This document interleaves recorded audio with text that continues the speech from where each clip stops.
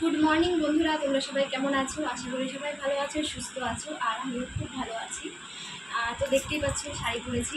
আজকে হচ্ছে শ্রাবণ মাসের শেষ সোমবার, তাই ভাবলাম শাড়ি পরে পুজো দিব, তো সেই জন্য একটু শাড়িটা পরেছি। তো শাড়ি পরতে খুব ভালো লাগে, তবে শাড়ি পরে থাকা বেশিক্ষণ থাকাটা একদম সম্ভব না, মানে শাড়ি পরে কোনো কিছুই করতে পারি না, তো সেই জন্যই আর কি শাড়িটা পরা হয় না, খুব কম পরা হয়। তো চলো এখন যাব পুজো দিতে, আর আমি কিভাবে পুজো দিই সেটাই আজকে তোমাদের সঙ্গে শেয়ার করব। এই হলো আমার মন্দির, আমি এখানেই পুজো দিই। চলো কিভাবে পুজো দেবো সেটাই আজকে তোমাদের সঙ্গে শেয়ার করব। আর এই হচ্ছে আমার বাবা মহাদেব, তো আমি এখানে বাবা মহাদেবকে পুজো দিই। আর এইখানে হচ্ছে হাজবেন্ড আগের দিন রাত্রে করে মানে 5 ফল তারপরে সন্দেশ এগুলো এনেছিল, তো আজকে হচ্ছে এগুলো দিয়ে পুজো দিব।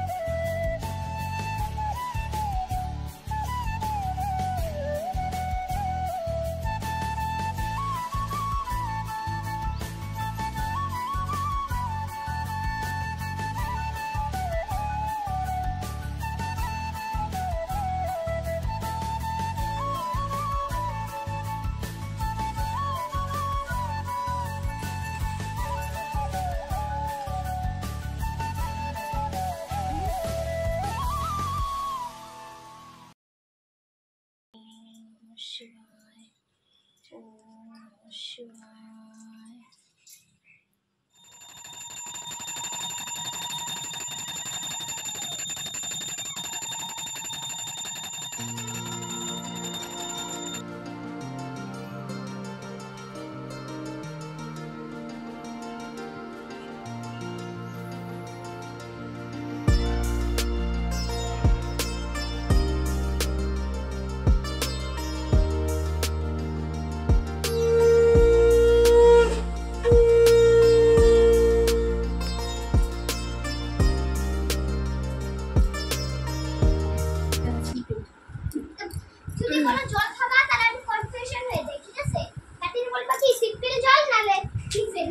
ঠিক আছে, তো দেখতেই পেলে পুজো দিচ্ছিলাম, পুজো দেওয়া কিন্তু হয়ে গেছে। আচ্ছা, বোতলে জল দিয়েছিল, ডিপ ফ্রিজে রেখে বরফ করেছিল, তো এবার সেই বরফ নিয়ে দেখো লেগেছে। এখানে ও বই নিয়ে বসেছিল, বইগুলোকে খোলা রেখে দেখো উঠে পড়েছে, মানে বইগুলো যে গুছিয়ে উঠবে সেটারও ওর হাতে টাইম নেই, মানে এইরকম আর কি। তো যাই হোক, দেখতে থাকো পুরো ভিডিও, আশা করি তোমাদের খুব ভালো লাগবে।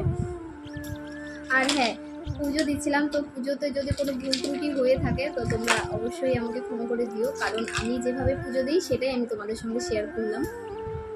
কি আইস লাগাবে এসে বড় আমাদের বাড়ি।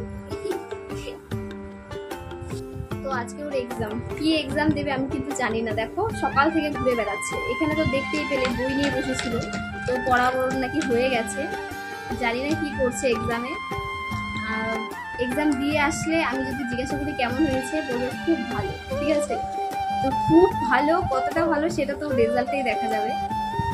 আর এখনো দেখো বই নিয়ে বসছেন। আসলে কি বলতো, সঙ্গে না থাকলে যা হয়। আমি চলে গেছিলাম পুজো দিতে, আর আজকে যেহেতু সোমবার একটু সবকিছু গুছিয়ে গেলাম পুজো দিতে, তো সেই জন্য ওর পাশে বসা হয়নি, তো সেই জন্য একটু পড়া শেষ, তাড়াতাড়ি পড়া হয়ে গেছে। আর এদিকে দেখো তোমাদের দাদাভাই সকাল সকাল গাড়িটাকে সুন্দর করে পরিষ্কার করলো। যেখানে গাড়িটা রাখে তার উপর একটা পেয়ারা গাছ আছে, তো সেখান থেকে না কতগুলো পাখি পেয়ারা খাবে আর উপর থেকে বসে পটি করবে। তো সেই জন্য না গাড়ির উপরটা খুব নোংরা হয়ে গেছিলো, পরিষ্কার করে রাখলো। যদিও বেশিক্ষণ থাকবে না, কারণ পাখিগুলো আবার আসবে, আবার খাবে আর পটি করবে।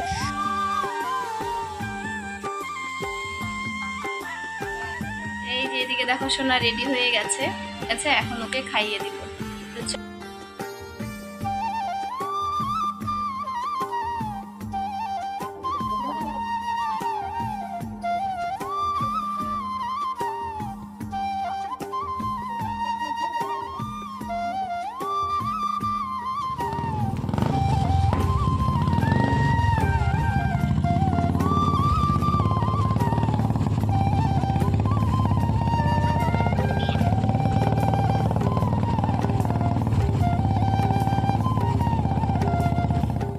সোনা চলে গেল দেখতেই পেলে।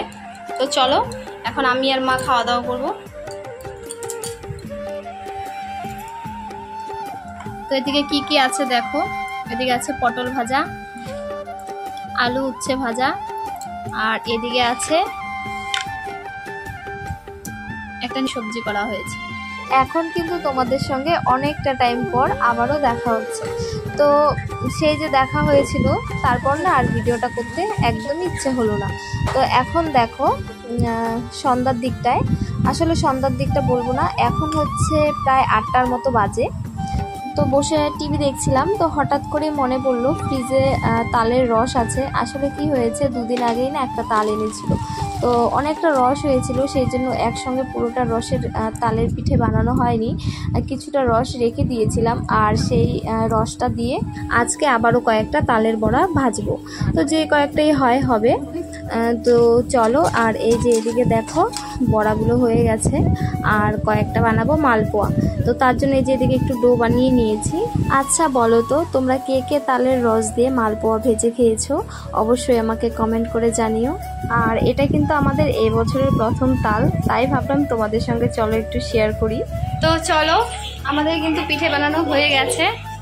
এই যে এখন হচ্ছে খাবো পিঠে। সোনাকে আগেই দিয়েছি, সোনা খেয়েছে, ওর দাদানও খেয়েছে, ওর দাদানের সঙ্গে একটা বন্ধু এসেছিল, তো উনিও খেয়েছে। তো আমি তো তখন আর কি পিঠেগুলো ভাজছিলাম, তো সেই জন্য সেই ভিডিও ক্লিপগুলো নিয়ে নিই। আর ওনাদেরকে মাই কিন্তু পরিবেশন করছিল পিঠেগুলো।